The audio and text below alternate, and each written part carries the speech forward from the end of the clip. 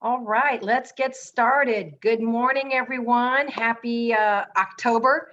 It's flying by and we're almost already towards November. It's kind of hard to be thinking that 2020 has unfortunately gone by very quickly.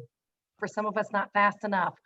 I'm Celie Holmes. I am the chairperson for the Maryland Building Industry Sales and Marketing Council, and I want to take a few minutes to welcome you all. I would love to ask for those of you that know how to do it to go up and name yourself. If you can just say like your name and go up and add the company you're with, just so we can know who's here, who's with whom, and who's representing. So if you have time to do that, know how to do it, it's real quick. You click on your name and participants, you can click your rename, and then just type yourself in. And of course, I haven't even done that. So for most of you that know me, I've just been doing consulting lately. And as of this past week, I am now with Stanley Martin Communities as a general sales manager on the Maryland side. So I will make sure I get that information out to everyone and get myself labeled appropriately. But we are so glad you're here. This is our fall sales camp. And we are going to have a very fun morning here. We're going to have the winners of the 2019, I know it's hard to say, Max event. And we just had it virtually in August of 2020. Obviously, COVID required some nimble adjustments to make sure we recognized all of the successes for 2019. And we wanted to make sure we did that this year because everyone really worked hard in 2019 and they deserve the recognition and the awards. So we're going to speak with a couple of them and really focus on some of what they did in 2019. And then also, I think more importantly, the lessons learned in the last 6 months, because I think all of us have changed our game. I know the big word of the year is pivot, which used to only be used in basketball, but now it's used in everyday business. But I want to get a sense of what everyone has done and lessons learned in 2019, from 2019 to 2020, and how they're now changing their game. And in a lot of cases, they're upping their game. And it doesn't matter if it's architecture, interior design, sales presentation, online sales consultants, online virtual marketing, everything is changing. And I think we'll see that also when we do the 2020 Max nominations. You're going to see different categories, new categories, and we're real excited about that. After our meet and greet with the winners, we have 2 individuals, and I'll introduce them, from Melinda Brody and Company. A lot of you know them. They have been doing, Melinda Brody has been involved in the business for close to 30 years, the company has. And then she was doing shops, whether virtually, recorded shops. Obviously, things went online. And we have not only the representatives from there that do the shops, but also ones, more importantly, that do the coaching and training to help us all with improvement from the shops. So 2020 has been an interesting year. I don't know about you, but this planner didn't get a lot of use this year. I have so many empty pages. I could have just used a yellow legal pad. That could have been my 2020 planner. So I've already bought my one for 2021 because I'm an optimist and I'm looking forward to it being very, very different. I mean, look at what's changed. We have sales offices that are now open virtually, appointment only. We have people not even seeing houses in the new home industry. They're buying homes, Zillow, your website. They're, wiring you money. They're signing contracts. They're touring homes with virtual tours. They are looking at homes online. They're buying, they're doing Skype, they're doing Zoom, they're doing FaceTime. Everything is different. Yet inexplicably, it's the hottest market in over a dozen years. And I'm hoping that everyone today can contribute, and we'll have a Q&A at the end just to kind of get everybody's temperature and pulse in the market of what's going on, because I've been doing this literally since I was right out of college, and I've never seen anything like it. This is just crazy. It's exciting. We're all getting better because we're learning. And I just think it's also very, very fun. So before we introduce our winners for who's going to present to us, I would like to introduce Lori Graff with the MBIA and let her make a few comments on what she's seeing and how we have pivoted and everything. Lori, please. Great, thank you, Staley. Welcome, everybody. Hope everybody is having a great day. So yeah, MBIA has certainly used the word pivot a lot, or changed course, or whatever you'd like to say. Since March, we've really adjusted kind of our operations to make sure that we can provide as much service in this remote environment. You know, we've always said advocate, educate, and network as kind of our three-pronged mission. It's all a lot more difficult in the post-COVID world to do all of those things. I think we haven't missed a beat on the advocacy side. We were very instrumental in making sure the industry stayed essential. That was a big focus of ours for the first several months of the pandemic. We're still focused on that, on making sure that all of our jurisdictions are operating and fully operating and not slowing down permitting processes and all the other things that we see out there. So it's been a big focus of ours. Education, we're still focusing on education. Obviously, this is a piece of that. The networking has been a challenge for us, obviously. However, we are trying to figure out some ways that we can do things. We did have a golf tournament on Monday. We're trying to figure out the way we can do some in-person things for those that are comfortable with it. And then we're trying to figure out some other programming things that will be of interest to our members that we may be able to do through Zoom and that type of thing. So we're still trying to do everything we've always done in the past. We're just having to do it a little bit of a different way. And we're hoping that we can engage our members as much as possible as we move forward. So that's kind of where we are. Excited about this program today, because again, I think it'll give you guys, everybody, a perspective on where we are. I'm really excited about the industry right now. I think we are going to come out of this stronger than ever. I think that we are going to be one of the very few industries that can tell that story, that we can say we're providing jobs, we're providing revenue to the county, we're providing revenue to the state, and we're going to be one of the very few industries that really can say that. There's a housing shortage. Everybody's talking about a housing crisis, but I think that we're going to come out of this stronger than ever. And we have a really good story to tell about why we need housing in Maryland and how we need to provide affordable and market rate housing to people that can afford it. So we've got a lot going on here. We're very excited about it. We also have, I would be very remiss if I didn't mention it, one of the big exciting things that happened to us during COVID is we actually created a carpenter apprenticeship program, the first of its kind in the state. So we're trying to get the word out on that. I know not a lot of you employ carpenters, but you know people that do. It's a really exciting program. We also were able to get a grant that will allow us to give scholarships and other things to our participants. So that's one of the other exciting things that we're trying to do a little bit differently, do some different things to create a lot of value for our members. So that's kind of where we are, and you can go to marylandbuilders.org to learn anything about any of that stuff. Thanks, Celie. Thank you, everyone. Well, as he said, Max was different this year, but it didn't make the winners or the categories or the product and the marketing any less effective from 2019. We just did it in a different venue.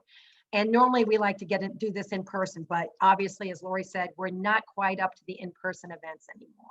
So we said, let's do this virtually, let everyone be comfortable, have fun talking about it, and also shine a light on the winners. So the first person I would like to talk a little bit about is our Architectural Award winners. And we have representatives from Martin Architecture. And for those of you who are involved in this marketplace, particularly, I'm very familiar with them. I know they've done clubhouses for companies I've worked for in the past down in Delaware. They've done clubhouses and model design and rental design. So they're very, very involved in the market. And so with Martin Architectural, we have Kim Lapira and Dan McCauley. And I would like to have them kind of speak. I'm going to ask them a few questions and comment. And if there's any questions that participants have, please just raise your hand in the chat, and Carrie can make sure we ask some questions, because we really want this to be interactive, because that's the way you're going to get the most out of it. So Martin Architectural won on a detached single family home for Koch Builders here in Maryland. And then they also won on a multifamily for a rental unit called the Remy. So Dan or Kim, take it away. Let's see your smiling face, and I'm going to ask some questions and see who's going to answer. Absolutely. Pleasure to see everyone today, and we're very happy to be here. Kim and I are very excited about both of these projects, and they do really represent two of our three strong features at the Martin Architectural Group. We do architecture and land planning across the board for developers. So everything on the residential side, singles, towns, and apartment buildings and mixed use fall right into there. And we do a lot on the commercial side as well. But we purposely chose the single family for Koch homes at Timber Creek, and then a very unique apartment project that represents where I think a lot of trends are going in apartments. The Remy, which is in Lanham, Maryland, was the other one, and they were both very different in their delivery and needs, and they certainly were our winners for us. So I don't know how much you want us to show. I could talk about it for 2 hours. So don't tell me what you want us. Okay. What you would like well, to see. First question is that your backdrop from the Remy? Absolutely. This is the rooftop terrace of the Remy, and that was one of the main features that we did, and it was quite a challenge to get through through permitting, because the Remy is an 8-level tall apartment building, almost entirely stick frame. So it's 5A construction, except for the podium that is the amenity space, and we have some retail. But the blessing and the challenge of the Remy is that it had a very unique steep site where it went uphill, and we took advantage of that rather than being hindered by it. So we stepped our building with the firewalls up the site, and we have 8 levels of wood working their way up that really adds to the massing and the charm of it. And then we put a rooftop deck on the 5th floor of a 5A building. And that took incredible amount of coordination with the city and with the municipality to make sure they were comfortable with what is 6,400 square feet of highly amenitized roof deck, way bigger than most people would do. Usually you see 1,000, you see 2,000, but it's one of the features that Berman Enterprises, our client, thought would be a great add for people that chose to live outside of Washington, but have easy commute into Washington. And that was the real blessing of it, is that we're a quarter mile away from the MARC station and the Amtrak station. We are a TOD project. It's perfect for that. Awesome. So when you're sitting down, so do you do a charrette process with your clients, so to determine what they're looking for, what they want, whether it's Koch or whether it's Berman? Do you get the sales team involved? How do you kind of determine the forward process of a design that you're going to move forward with? This was the perfect example, the Remy, because we had not worked with Berman Enterprises before.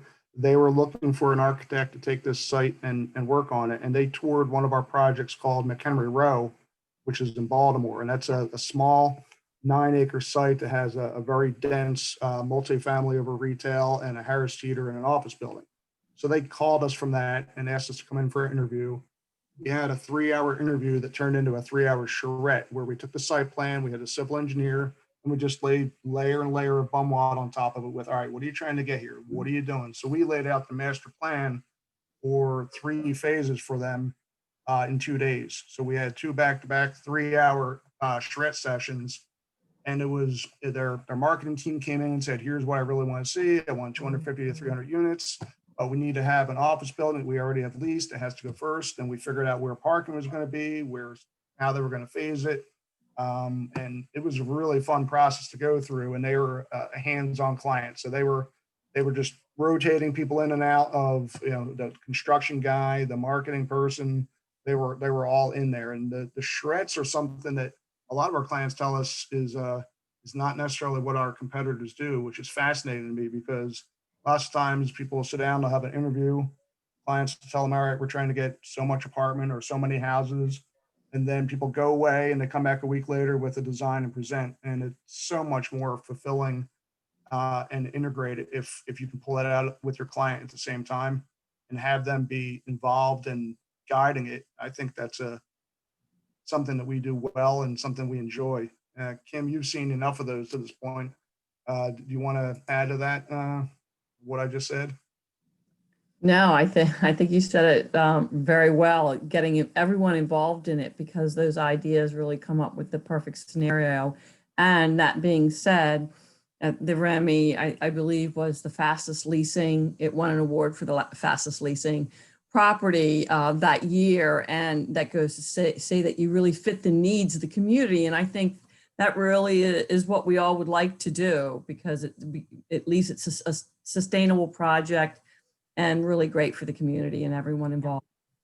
So when you're working on single family detached, like you did with Coke, Mhm. how do you determine, or do they have ideas that when they come in to say, this is what we're thinking, this is the market? So how do you come up with who your market's going to be, so you know you're fulfilling what their needs are going to be? Sure. Our biggest challenge and opportunity is to resist the urge to just tell our client what they need, and to really listen to who their competition is, what they're seeing in the market, general size of the units they're looking for, what they think is important, whether it's going to be variety or whether it's going to be amenities, or whether it's going to be if we have master down buildings versus units with bedrooms on the upper floors with the owner suite up there. Listening to them, understanding what they like, styles they like, whether it's a craftsman style, a neo-traditional, federal, and really getting the flavor of what they envision.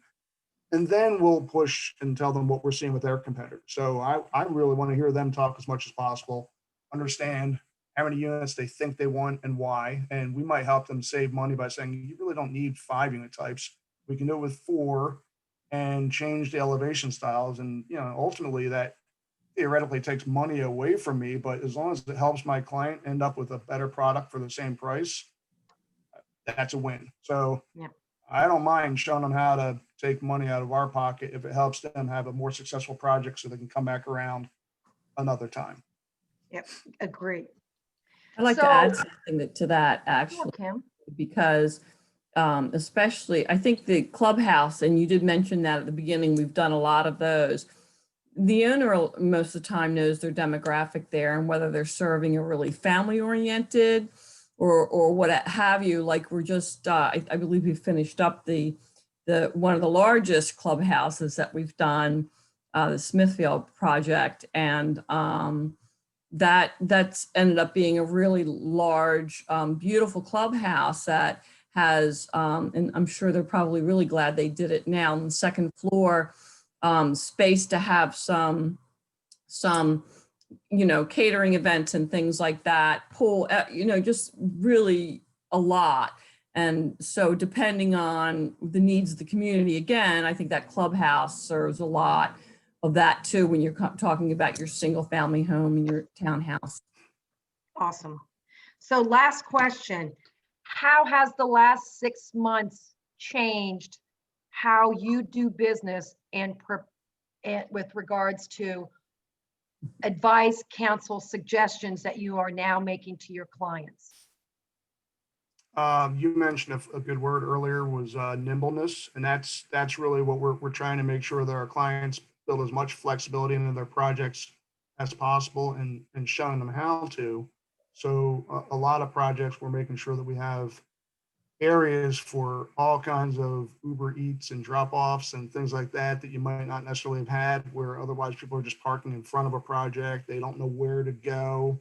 What's the front door, making sure that there's not just people all over the place delivering things, and really continuing to push package storage, cold storage, things of that nature. We're more and more Amazon.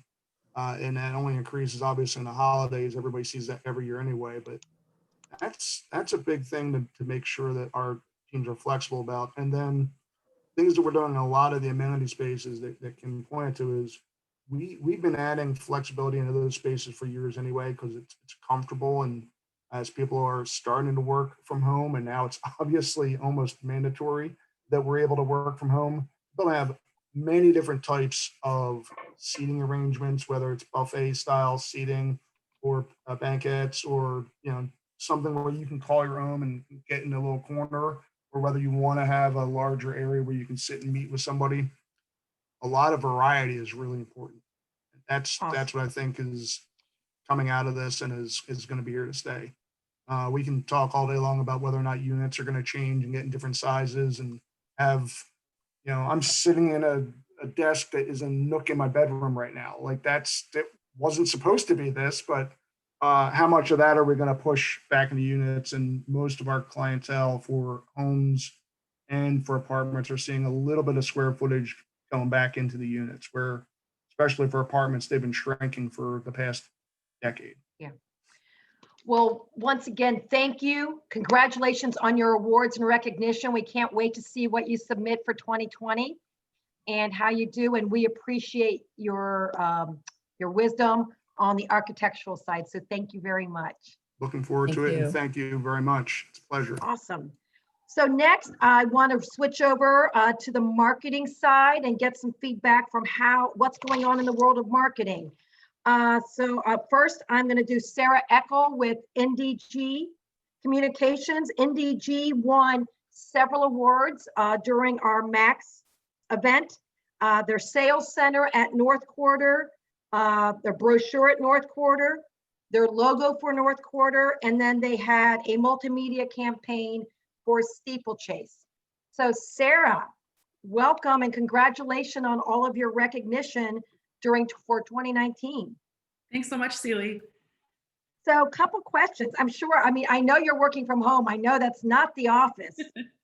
So when you're used to having a marketing company where you're meeting, you're collaborating as a group, how has what you've done in 2020 been different from 2019, where there's no like think board where you're whiteboarding everything and talking about ideas? Well, really, I feel like it's brought us a little bit closer to our clients, because this nature of interactive Zoom meetings has become just the norm these days. So we've been able to get in front of our clients a lot more frequently than we have in the past, with regard to trying to just fit into people's schedules and schedule time that works for multiple team members on our side, as well as clients who we work with. It's become a lot easier to be able to get time together and have collaboration really be at an all-time high, just because of the face-to-face interaction that we're able to have through technology. So it's been exciting. That's awesome. So for your 2019, when you sat down and looked at your awards for like North Quarter in particular, how did you determine what social media platform you're going to use, what's going to be effective for your client? How does that kind of, start out? Sure. Well, the first thing we do is we think about who our buyer profile is, for whether it's our builder clients or a community that we're marketing for a developer. So we first try and point out what are the things that are important to them, how do they consume media, and how do we communicate with them to best tap into why they're searching for a new home.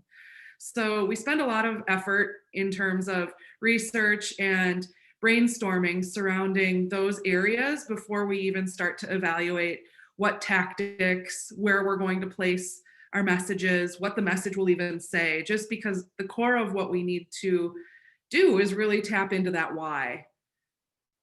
Very good. So what trends do you suggest to your builders, your marketing teams, and your sales teams that they need to pay attention to?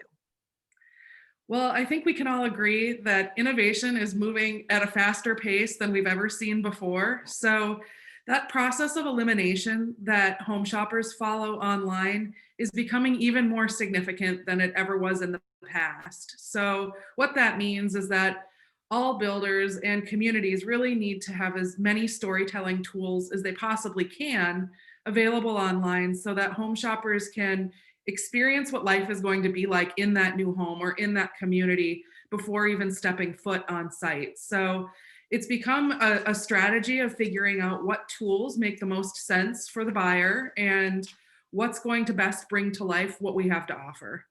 Okay.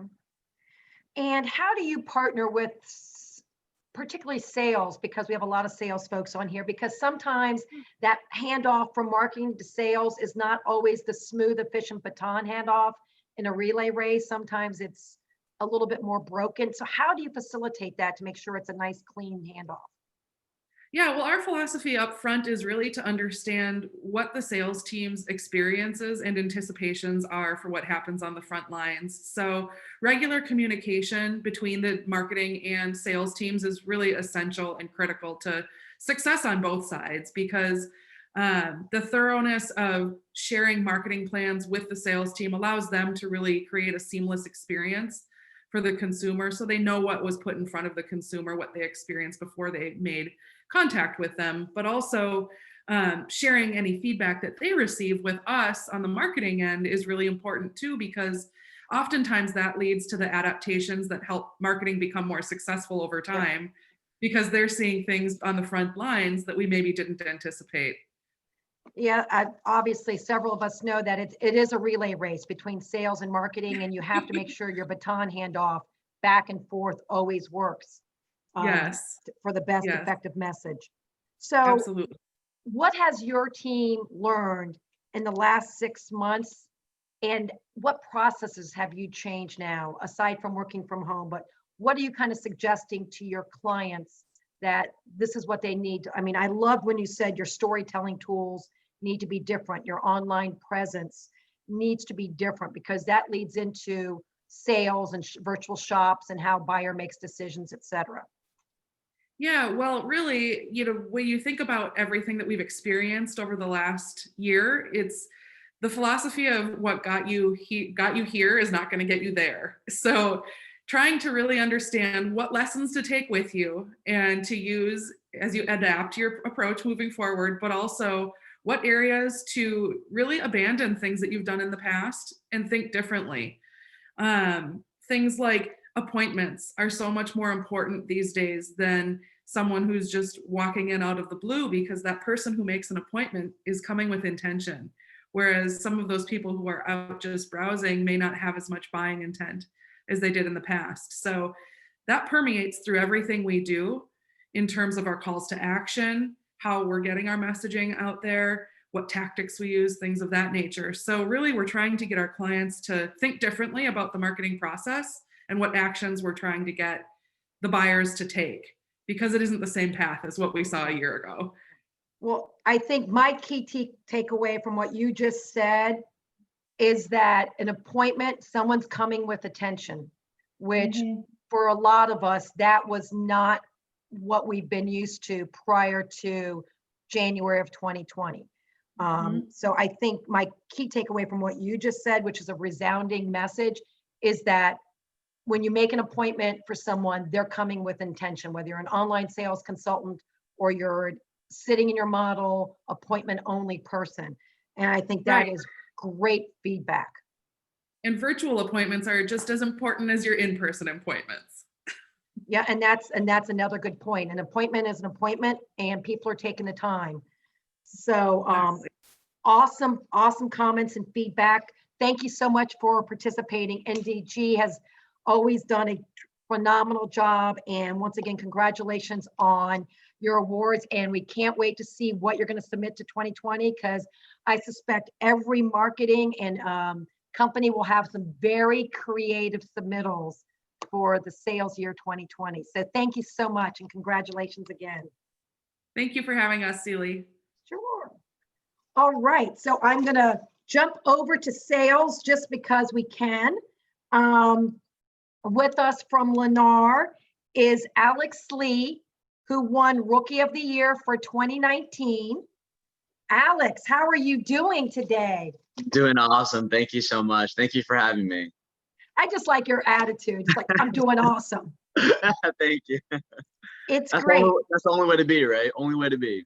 I know. Back in the day, it used to be Tony Robbins would say, when anyone ever asked you, how are you doing? You always said unbelievable, because it's never a wrong answer, and it can be a right answer. It's Absolutely. always good. So Alex, I'm going to ask you a question that I asked when I interviewed you and you won. Okay. Why did you choose a career in new home sales? Yeah, for me, I figured if I was ever going to be in sales, it would probably be in real estate. And so, they always say that your network is based off your net worth. And so my brother-in-law was very successful with a couple of home builders in the area. He was also in general brokerage as well. And so for me, it was sort of just a natural progression being in sales, graduating college and just sort of moving up, I guess you can call it. And so new home sales was always presented to me as like the secret industry, because you never knew that people were selling these homes out there, but you knew that people were moving into these beautiful communities. And so it was a natural progression for me, and it's been a great jump ever since. Awesome. So for 2019, your rookie of the year, what were your 3 attributes that you used to be successful? Yeah, it feels like it's been so long ago, right? I'm thinking already into 2021, and thinking back is like almost 2 years back now. But I think for me was 3 main things: was always being excited.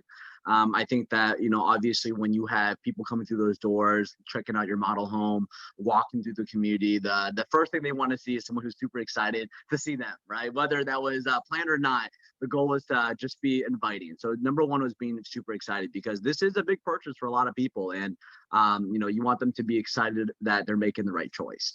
Number 2 was being genuine. I think that in sales, they're given the rep of, it's you versus me, right? And I always tell people when they come through the door, if they have maybe a little ill-tempered, it's, hey, it's a partnership, right? You want to buy your home, obviously, and I want to sell you a home. And at the end of the day, our community may not be the best for you, right? And having to be honest and genuine about that, because the goal isn't for me to sell them a home, it's for them to find a home, right? To find the right home for them. And it may not be here, which the goal is always to try to sell them a home in your community, but sometimes it doesn't work out that way. And the goal is to, whether to keep them in the Lennar family or just have them, find a community that's best for them.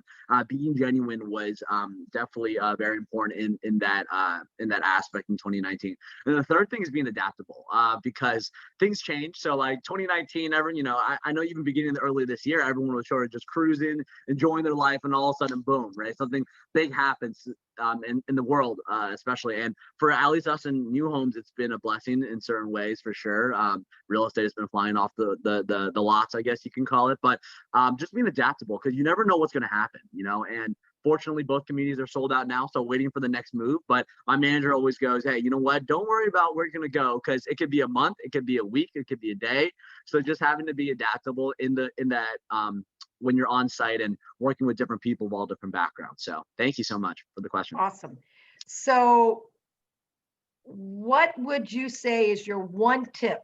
Because I know you're going to be submitted again for 2020. What is your one tip to stay on top? You were a rookie last year. Now you're amongst all of the regular sales managers. What's your tip to stay on top? Yeah. Well, it's hard to just go with one, because I feel like in sales and just in people, because sales is really not about sales. It's not about the product or service. It's about the connection, in my opinion. So a lot of times, most of the buyers I work with, we really built a really good connection, whether we stay friends after the fact or it's just a very sort of transactional. It's always very friendly. But I think overall, the biggest thing I would have to say is just to keep hustling. I think, we're in crazy times for sure. And, some people are sort of just taking a step back and just enjoying the free time. And other people are really just like putting, their foot down and just, going to drive and just, switching the gears. And so for me, that's been a big thing, is just keep hustling, keep moving forward, because next year might be completely different. We might be back to normal. We might still be in this position where we have to sell from a position of power and doing things virtually and just having to keep a positive attitude. So I think the biggest thing for me is just keep hustling and grinding, because they always say you could sleep either when you're dead or when you're wealthy, right? And so you're always moving forward or you're moving backwards. There's no like in between. So it's like, if I'm sitting there doing nothing, I feel like I'm going backwards. So always just setting goals and moving forward. So you mentioned one thing, and so like the closing question here, what is the one thing that you've learned in the last 6 months that has changed how you sell homes? So when we're looking at you, because obviously our questions for 2020 are going to be different for Max. And so what do you already know that you're doing differently that's going to get you submitted again for Sales Manager of the Year? Yeah, that's a good question. I think be mindful, because you can't tell someone's life and what's going on in their life just by looking at them, right? But we always talk about having to sort of break down those walls and just really make a friend. And so I think being mindful, because everyone has their own goals that they're trying to achieve, and sometimes the person that's walking through those doors might have no intention of purchasing, but they built up the courage to drive out, and the first time they've walked out of their house in a month or something, and just to come check out your community, right? You have to treat that person the same as the next person who's walking in, who this is their 25th community they've seen, and they're just ready to buy a home. You have to be mindful of the situation, be mindful of the person, because you can't treat everyone the same per se in that regards of you having to making sure, okay, everyone that walks through the door is going to buy a house. It's not going to be like that, right? And sometimes you might just have to be that ear to that person and just go, hey, you know what? I know you're not here to buy a home. It's awesome. I'm not here to sell you a home. I can be an ear for you, and just have a nice conversation and leave that person better than you found them. That's awesome, Alex. Congratulations. As I said, there's an obvious reason you won Rookie of the Year, and we all expect to see you here next year when you're being submitted for Sales Manager of the Year, because I am no doubt in my mind you'll be back. Awesome. Thank you so much for your time. Thank you. All right, back to marketing. We're going to go to Megan English with O'Neill Interactive. And O'Neill Interactive is been obviously very involved both locally and nationally. And they won for outstanding use of technology for their Homefinity Zillow open houses. And so think about it, that was for 2019. Little did any of us know that we'd be doing a lot of Zillow open houses virtual stuff in 2020. Also, they won several multimedia campaigns. So Megan, welcome. Congratulations on your win for 2019. We're happy you're here. I want to ask you a few questions. What can you ask me? I'm ready. I'm ready. Fire away. You're ready. So obviously looking back on 2019, what steps, because I'm going to ask a few different questions. So what steps did you use to ensure that you understood your clients' needs? Because obviously you do not only home builders, you do a lot of diverse companies, to make sure that you really, really understand what they're looking for to be able to promote them virtually, whether it's online, social media, Facebook, internet, Twitter, whatever. How do you kind of I think what we are almost now primarily home builders. We just work with a lot of builders across the country that every market is different. So really just asking questions about what is going on in their market, because we can't make assumptions. What's happening here is happening the same way in other markets. We ran into, particularly with COVID, ran into some builders that their markets were completely halted. They couldn't even pull permits. So they had to change, they really had to change how they did business. And they also, some of them couldn't do business. So we had to figure out different ways to stay in front of their buyers virtually and kind of communicate that message that models weren't open and that they weren't currently, that the production had pretty much stopped. So a lot of it was just really taking a pulse on what the needs, because they were diverse depending on the market. I can only imagine. So in the markets where they were closed down and sales offices weren't open, how did you guide those builders into still promoting themselves and branding themselves so they were still relevant? Sure. So I think a lot of just communicating the message on their website. We added a lot of new content, virtual content to websites. We actually created a lot of COVID specific landing pages and banners to the websites that said, here's how we're handling COVID. So that when somebody came there, that we continue marketing and driving traffic, but just change the messaging of what was being said. I think social media was also a really great way to get the word out that maybe they weren't open, or that you could still communicate with the sales team and keep the process going.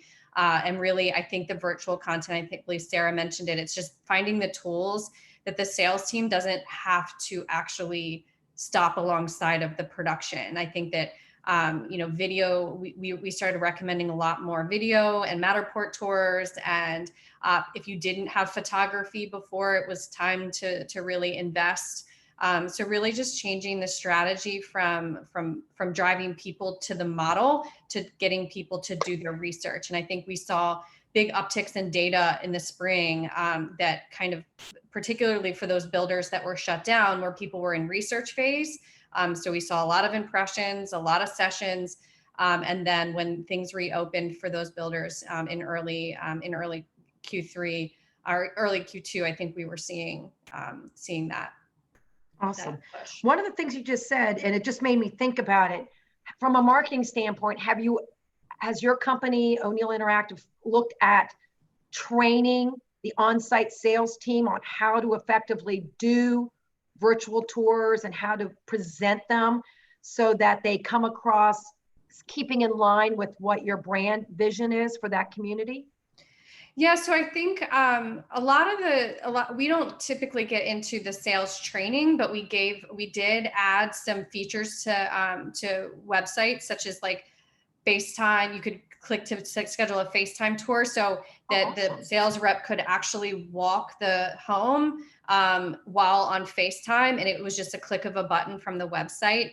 I think a lot of times it's really just training up the sales team in terms of educating them and that the content is there, because sometimes marketing and sales don't always communicate. And when you're not in the office, you're like, oh, I didn't even realize that tour was there. So just making sure that that gap was bridged. Okay, great. And obviously the last 6 months have been very, very different. So when you look at your websites, your campaigns, what adjustments have you made in 2020 from 2019 so that your clients are getting the most impressions, the most click-throughs, the most activity they can? Yeah, I think that our big source of recommendations always comes from data. I think looking at what's working and not just relying on the status quo. I think that we saw a real big shift in the marketplace for digital spend, particularly on paid social and paid search, because that's all where people were. They were on Facebook all day. They had nowhere else to be and nowhere else to go. So really starting to look at how we were communicating the message on those platforms. Whereas before there was a lot more multimedia mix and trying to, we had a little bit more leverage as far as, okay, yeah, if you're doing signage and spending money on bandits, don't stop. Put it into digital. We're a little biased because we're a digital agency, but I think we've always welcomed all of the channels. But I think we really started to recommend shifting budgets away from any traditional media. Yeah, I think, the poor sign companies probably are gasping right now because their directional signage, basically went down on March 13th. Yeah. So, well, congratulations, Megan. We appreciate all O'Neill does for the association. Congratulations on your wins. As I said, we're all very excited to see all of the different things that you're going to submit in 2020 because everyone's made the adjustments, and hopefully there may be some new creative ideas that are being shared for 2021. So thank you and congratulations. Thanks, Haley.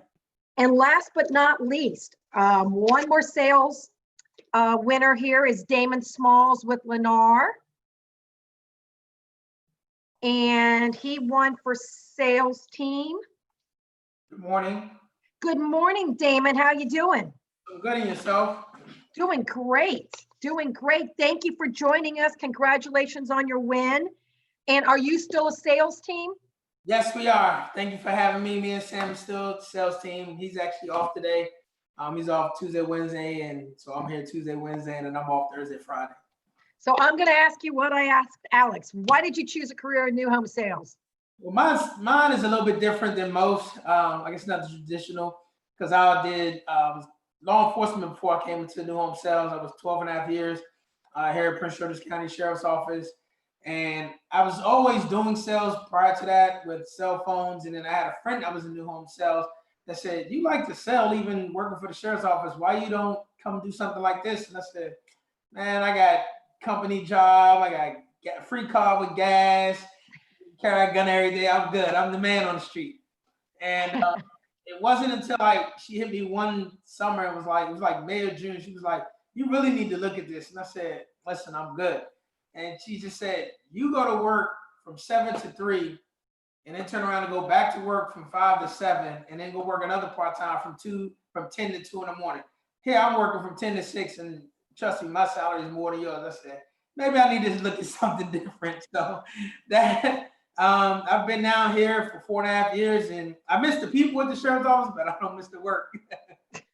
Well, you have done a great job, and and you won for a successful team. So let me ask you, how do you keep yourself so in 2019, because I remember you have some challenges in the community you're in, Yes. but how do you keep yourself and other people motivated? How do you keep your sales partner motivated? And how do you keep your team, your construction team motivated? Well, the good thing is, I mean, my sales partner is Sam Greer. He's been in the industry for over, I think, 26 years.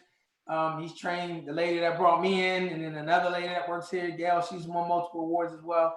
But as far as construction, I mean, they stay busy. We stay busy, even with some of the, some of the hiccups we were dealing with.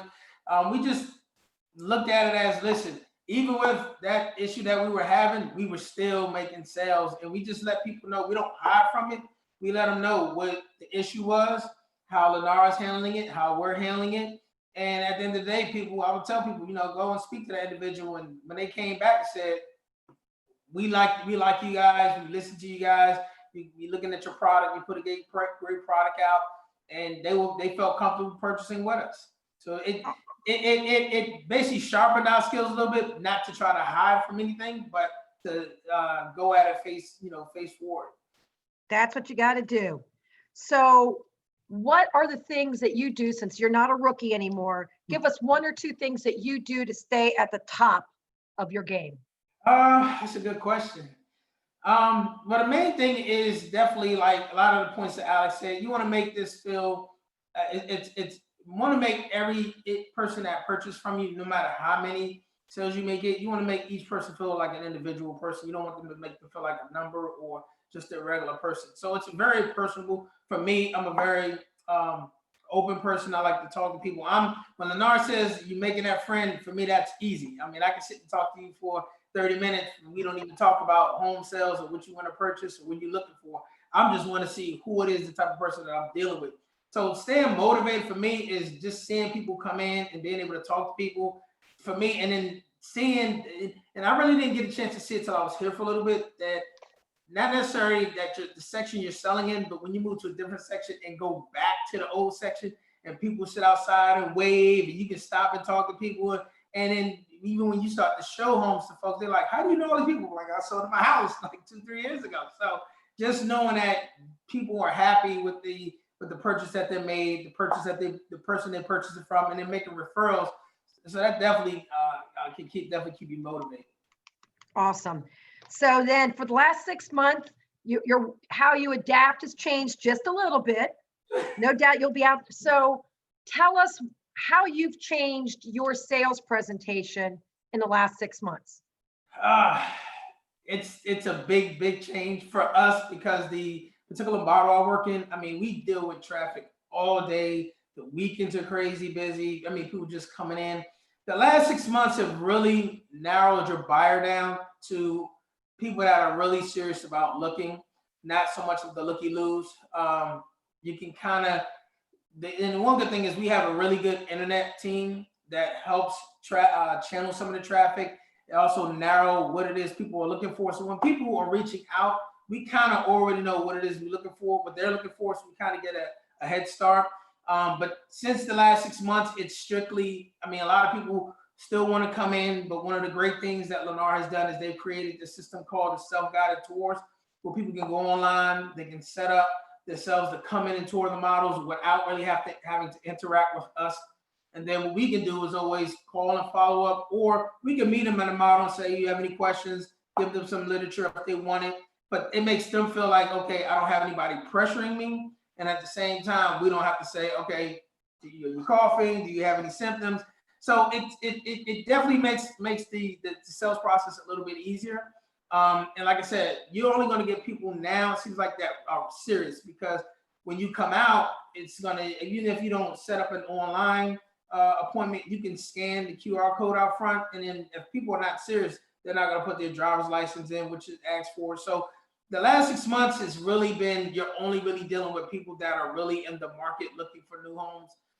People that are just like, oh, I'm just out looking for decorative ideas and things like, we don't get a lot of that.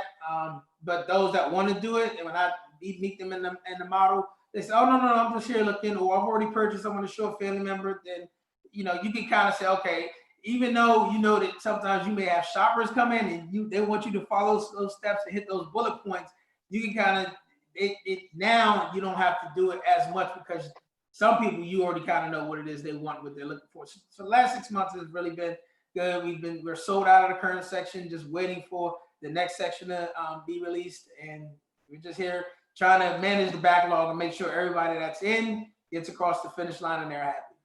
Awesome.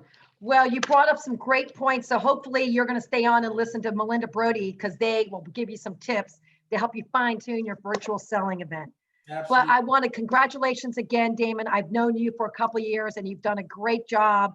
And I no doubt that you'll be submitted again next year, because you guys will have done, you and your partner will probably win again. But thank you for joining us. Thank you for sharing your tips. Thank you. And hopefully, as I said, we'll see you in 2020. Absolutely. Thank you again. And Sarah has some good points too with technology. It's happening faster than we expected. But again, like Alex said, it's all about adapting and being ready for it. That's the perfect attitude and the perfect segue to our final presentation. So thank you, Damon. Thank you. So now I would like to introduce two representatives from the Melinda Brody Company. Melinda Brody started out doing shops. As I said, I've known the company for years. We won't talk about how many, it's not good. But they are basically very well known. They do a lot of shops, both in-person shops and now virtual, in this marketplace with some of the companies that are on the call and some of your competitors. We have Ben Marks, who is the owner and president of Melinda Brody, and they're going to be presenting a wonderful PowerPoint on what they're seeing in shops and how you can improve. And then I was lucky enough to meet Leah at IBS last year. And Leah is like the sales coach that can come out and help customize training to really help you facilitate shops, and more importantly, how to get better. Because if you're going to knock it out of the ballpark with a shop, it's going to be easy peasy to sell a home. And it's in today's market, several great points are brought up about you're getting good buyers, whether they're virtual or in person. You're getting good buyers now, but let's see what we can do to really, really improve the quality, the frequency, the feedback, and everything to make sure all of those prospects are getting converted. So I will turn it over now to Ben Marks and Leah Turner. Thank you for being here. We're so excited. Our pleasure, and thank you for having us, and congratulations to all the award winners. Very excited for you. I'm going to share my screen and we'll kick it off.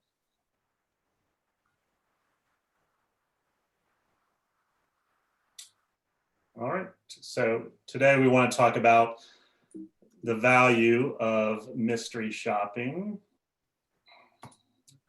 And mystery shopping, I know by some of the sales agents on the Zoom call have already been shopped, but it's a really unique ability to evaluate your sales consultants and see what they're doing well, identify where they need to improve. And much like professional athletes, if you think about Tiger Woods, I mean, the countless hours that those athletes spend watching videos of themselves, it's an incredible opportunity for them to see where they need to improve and then work with their coaches and just take their game to the next level. And much like for new home sales representatives, mystery shops give you the ability to see what you're doing really well and where you need to improve. And then also for your sales managers to start working with you one-on-one or with your sales coaches to help you improve and make you more successful. And then cool thing about doing the mystery shops is that as, let's say if you're doing a whole team shopping 10 folks, you then get to see how the team is doing all together. And then you can, when you're doing group coaching, group training, then you know where to focus your time and efforts. And we get a lot of questions, why should I shop my team right now? I mean, it's almost like homes are selling themselves, but it's more important than ever because, as many of you know, I mean, you may be in a hot market, but tomorrow it could change. And so you want to know which of your salespeople have the skills to, when the market turns, to make the sales. Certainly, as we've moved into with COVID, we've seen a lot more of virtual sales presentations, especially with social distancing guidelines. In fact, one national production builder said earlier this year, in one specific state, they had 650 virtual appointments, and of those, 60 sales were from buyers that had never came to a sales office. So, and I think that trend will continue as well. As some of you are aware, the types of virtual tours, online video, 3D tours, live tours, where the sales agents are walking directly from a sales center to a home site or to a model home and walking the prospect through it. With our virtual shops, our shoppers are typically using a screen recorder where they are recording that entire presentation. And then we use basically a standard scorecard that evaluates them on things like how well they closed, how well they overcame objections, their builder story, and things like that, trial closing and so forth. Some of the lessons that we've learned from doing these virtual shops is some of our builders that we work with and make it really easy. And some of the marketing people on this call spoke about the importance of doing that as well, where you just click and you can set up an appointment, or you can set up an immediate virtual meeting and so forth. So be sure to make that as easy as possible. Certainly you want to know all the sales agents should really know the different technology, whether it's FaceTime, Skype, Zoom. There is a learning curve, and you can say a funny story on some of the early shops that we did for one builder. When we got the shop videos back, the majority of it, you would just stare at the agent's ear because they were holding the phone up, their cell phone, to their ear. That's all we captured, really. And also, importantly, with the technology, if you are going to walk the home site or model home, make sure that the internet connection goes that far. We often find that some of the videos, FaceTime calls and so forth, drop off as they walk or leave the sales center. So just want to confirm that. Have an agenda, know what your prospects want to accomplish. Leah will get into that momentarily. And then importantly, be sure to share the health and safety protocols for anyone coming to visit. Make sure they're aware that masks, you'll be staying 6 feet apart. If you're going to another home site, that you won't be driving the same car, the same golf cart, and so forth. So, but next I will turn it over to Leah. Hey there, thank you. Thanks for letting us be on this morning. I love the fact that we got to be part of your awards program, because actually I was taking notes as you were going through this, and 4 of the people that were awarded, I have some takeaways that just go straight into what our presentation is today. The first, Sarah, you had said that virtual appointments are just as important as in-person appointments, and you couldn't be more correct, especially in this day and age. This is starting to become our new normal. So in the past, when you kind of put, oh, it's just a virtual appointment, it's not as important, no longer true. It's just as important, if not more important, when you're having these virtual appointments.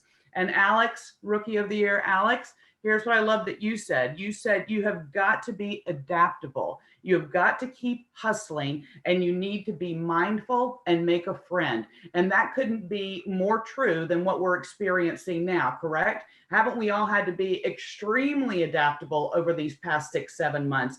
And the importance of building that rapport, which I'll get into in a moment, is probably more important now than ever.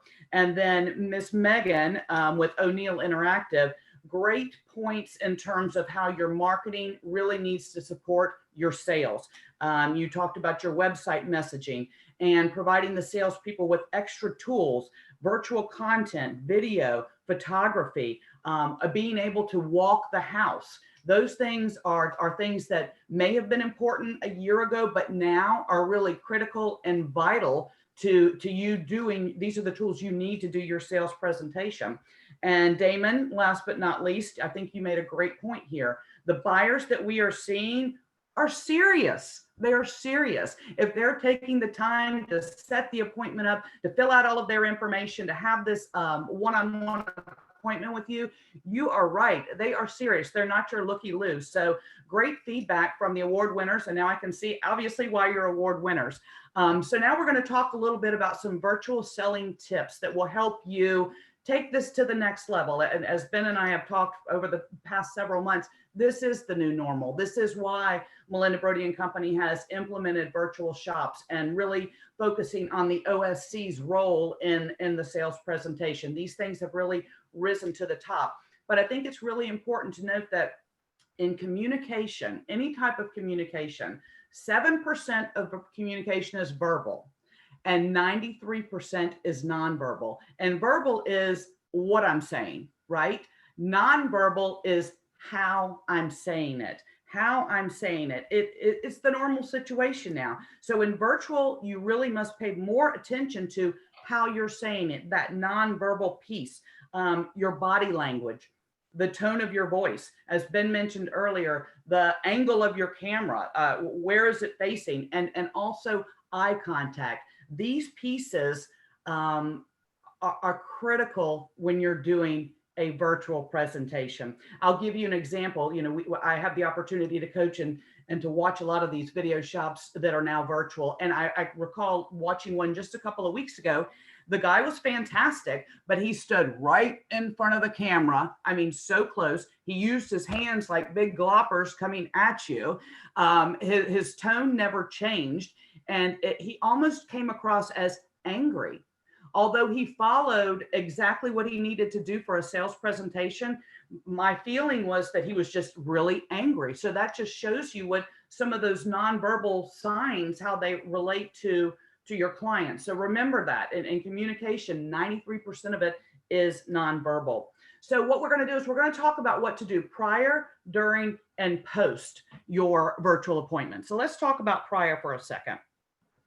First thing you need to do is determine what type of demonstration you're going to do. And there are multiple kinds.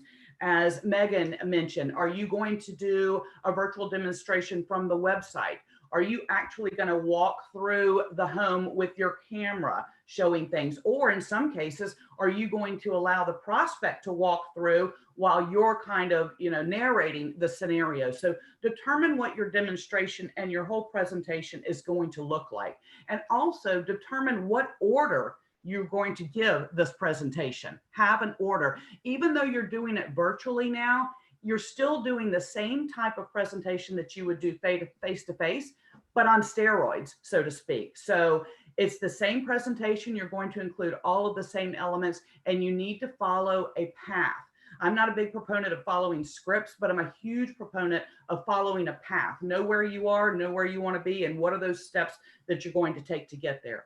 Number two, very important, confirm instructions with your prospect on how to access the call. I can't tell you how many of these shops that I've watched where the first 15, 20 minutes of the shop, the virtual shop, is nothing more but, okay, click that button. No, go over here. No, click that button. It's chaotic. So that kind of gets everybody a little bit ruffled at first. So send your prospects a detailed instruction on how to access the call, whether it's Zoom, GoToMeeting, FaceTime, whatever it is. Also, don't forget, we're in this business. We're doing virtual calls, Zoom calls all the time. Our prospects may not. So make it as simple as possible for them to be able to access the call. And most importantly, make sure when you start the presentation that you can see them. Back to that nonverbal communication, it's just as important that you see them, you see their reactions when you're speaking. And a couple of the shops that we've watched, we don't see the prospect. And that's kind of like, you have no idea what their reactions are. So that's very, very important. And you can make it easier if you confirm the instructions. Number 3, email the materials that you'll be discussing in advance of the call. So if you want to email your floor plans, your standard features, your community information, your site plan, all of this information, put in a nice package together for them in the order that you're going to be presenting it, and send it to them in advance so that you're both kind of following the same script, so to speak. And finally, trial run, practice this out, right? It's kind of like we talked about role playing in the old days, you know, role playing with your sales people to understand what the presentation looks like. You need to do a trial run, kind of go through it with maybe your other salespeople. What does that look like? We're doing this now. It's the new normal. So we've got to become experts at what that looks like. And then the other thing I would state here is also confirm the call. Do a calendar reminder so that you know we're meeting at 11 o'clock. And when you do your calendar reminder, the call is from 11 to 12, have a beginning and an end. So those are just some tips to get started from prior to the call. Now let's get into what we're going to do actually during the call. Again, body language and eye contact. Here's some really good tips for you. Make sure that you are making eye contact with your prospects. I watched a shop not long ago where the girl was fantastic. She was a wonderful sales agent. She was so good that she was taking notes during the presentation, right? However, when she started to take notes, this is what we saw. So, and she did not make it clear that she was taking notes. So we just saw the side of her face for 30 minutes. So for some people, that's like, wait a minute, why aren't you looking at me? If she had just said, do you mind if I take notes, and maybe positioned herself a little bit differently, that body language wouldn't have been so off kilter, so to speak. Sit straight with your feet on the floor. There's nothing worse than the fidgeting, right? So sit straight with the feet on the floor, or if possible, stand. I find that when I do webinars, sometimes when I stand, my energy level and enthusiasm is a little bit higher than sitting. And make sure you sit straight up, because there's a difference in this and there's a difference in this, correct? Use hand gestures for emphasis, but don't overdo it. I had one that I watched last week and I called him the glopper because his hands kept like flying out at me like a sci-fi motion picture. It was a little bit too much. Make sure you use your prospect's name. It's so important. This is helping to build that rapport. And because we do have a computer screen between us, it's so important to develop that rapport and use their name. Make sure that you're developing that rapport. Another way to develop that rapport, we call it the Ford method, which you may have heard of, but if not, Ford stands for family, occupation, recreation, and dreams. So before you launch into your sales presentation, spend about 5 minutes or so finding out about your prospect's family, occupation, recreation, what do they like to do, and dreams, where do they see themselves. Always use this Ford method. It's very, very important. When you're conducting the presentation, be conversational, smile, have some energy. That's very, very important. Sometimes nod in agreement when they're speaking, you know, to let them know, I hear you. This is an affirmation. I hear what you're saying. Ask questions. Very, very important, because sometimes when we're doing a virtual presentation, it becomes very easy to spit facts out, but you want to engage, you want to ask questions, you want to bring them into the presentation. Very important. And then finally, as Ben mentioned earlier, share what those health and safety protocols are, what are in place for in-person visits.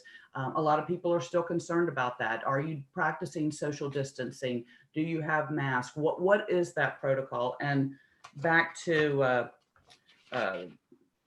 Megan, she talked about having that on the website. And I think that's a key component as well. Put that on the website, let people know what you're doing to be proactive during this. Now, let's talk about what can we do from a sales perspective? How do we make the most of our virtual presentation? And again, this is the same, you're doing a lot of the same things that you would do in a face-to-face, but you've got to really amp it up. And I think one of my favorite questions of all time when you're talking to your prospect is, how much time do you have to spend with me today? Ask that on the phone. How much time do you have to spend with me? Do you have 30 minutes? Do you have an hour? What is that? Because a lot of times when people are doing these virtual presentations, they almost feel like they have to rush because they don't know what the end time is. However, if I know that Alex has 1 hour to spend with me, and I've clarified that, then what I'm going to say is, okay, Alex, wonderful. Happy that we have an hour. Here's what I would like to do over the course of the next hour. And then set the agenda so that your prospect knows exactly what to expect from the beginning to the end. That's extremely important. And then you're not going to rush because you know you've got an hour. We're all good, right? Determine the expectations. This is important because I've watched multiple virtual presentations and I've been very unclear as to what the expectations are. Is the expectation to, number one, sell a home? Is it to, number two, set an in-person appointment? What is the goal? What are we trying to accomplish here? So understanding in advance what that goal is going to help you make that presentation move forward to meet that goal. Let's see. Also knowing what tools you have, what tools are you using? Use these tools to your advantage. This is also going to help you set the expectations. When you give them, you're able to deliver all of these tools to them, and you're both looking at the same pieces of paper, same marketing pieces. Number three, engage and involve the prospect throughout. Don't just speak at them. We have all been on how many Zoom calls, people? Thousands over the past 6 months, right? And when you're not engaged, it's very easy to kind of nod off and go into Zoom la la land. So engage them. Ask their opinions. We're looking at floor plans. Okay, which one do you prefer? Did you prefer this or do you prefer that? Do you prefer an open floor plan? Whatever it is, just ask questions to keep them engaged. And when you're asking those questions, make sure that they're open-ended questions, not just, do you like it? Yay, nay. But tell me what it is specifically that you like about the Willow floor plan. Also very important when you're doing a virtual presentation is to trial close, because you don't have them face-to-face. You need to make sure you're still selling on the same 4 things, aren't you? Is this a builder that they would work with? Is this the home site that they would purchase? Is this the floor plan that they would like? And is this the community that they can visualize themselves living in? You still have to get trial closes on all 4 of those aspects before you're able to then turn it around and go, okay, Ben, sounds like we found the floor plan, the home site, the community, and the builder you want to work with. So by asking these trial questions, you're gathering your tools to be able to go in for a close. So very, very important. Also important is to overcome all objections. Again, a little bit different because you're not with them face to face. I have a whole nother presentation that's specific just on overcoming objections, but important to note here, if these objections are not overcome, they could blow up your sale at the end. So if you sense that they're being a little bit hesitant or they're not on board with the layout of the kitchen, dig a little deeper, peel back the layers of the onion. What is it specifically about the kitchen you don't like? Finding out, and back to the forward questions, if you do you're building rapport and finding out what's important to them at the very beginning, this is going to help you to personalize and customize your virtual presentation when you're with them. Next is to explain the process. We're doing this virtually. What does it look like? What are the next steps? After we have a successful virtual presentation, what's next? Are we coming in? Are we following up with another virtual presentation? What does that sales process look like to them now? Okay. And then also very, very, very important, allow time at the end of the call for a recap. I see this when we're doing face-to-face presentations all the time. People are, bye, call me if you have questions, from the parking lot. They have not allotted the time to go, hey, when the presentation is finished, we're going to come back into my sales office. We're going to kind of go over everything that we discussed, and we're going to talk about what that looks like to move forward. So saying back up here, when you're setting that agenda, you can say, in the last 10 minutes of our call, we're just going to kind of recap everything that we talked about. I'm happy to answer questions for you. And then that leads into the next step. Then we'll talk about what those next steps look like. What do we do next? Oftentimes people look at the virtual presentation as I'm just getting up here and feature dumping or just giving them all this information, but there's not really a plan as to what to do with that information. So make sure that you've got next steps, you recap, and then what's next? Are we having that face-to-face? Am I following up with you? Are you coming in for a physical tour of the model? So I think the biggest takeaways is this is becoming our new normal. I mean, we talked earlier about IBS is going to be online now. A lot of these conferences are online now. Training is online now. A lot of your appointments are either virtual or by appointment only. So, grasp it and perfect it, because I don't feel that this is going away anytime soon.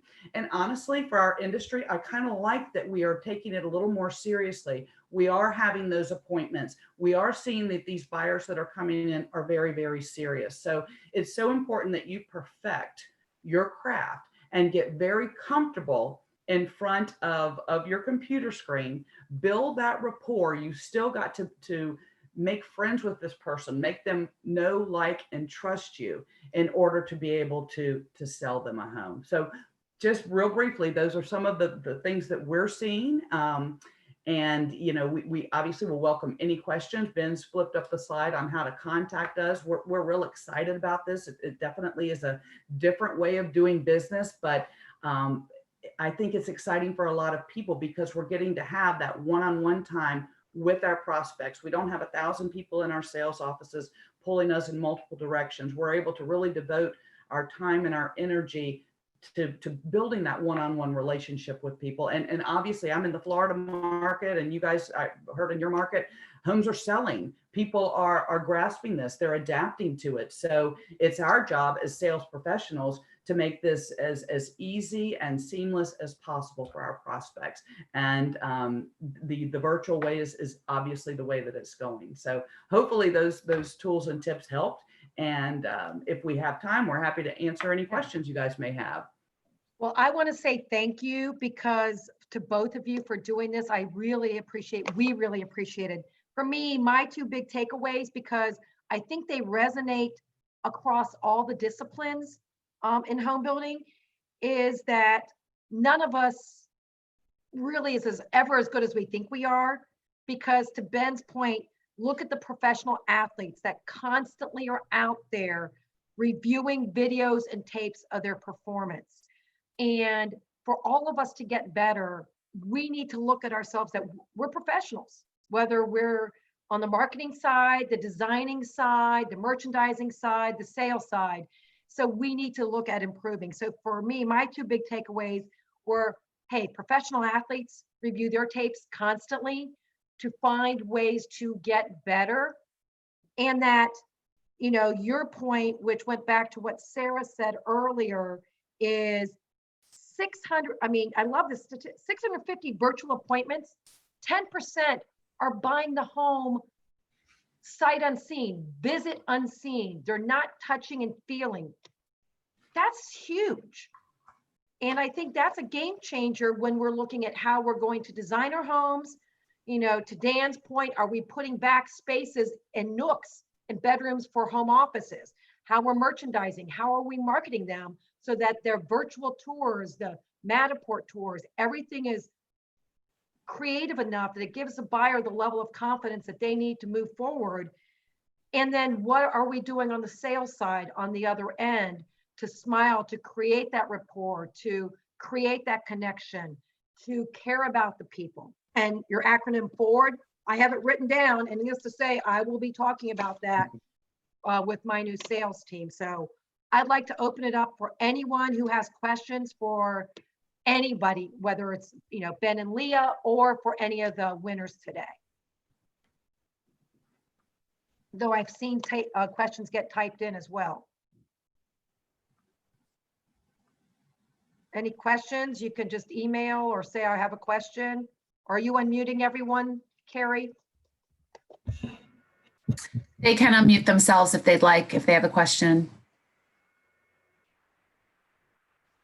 But everyone screenshot Ben and Leah's information, because you're going to want to go back and say, we need them to come in and do some training because we all need to be watching our tapes like athletes and getting better.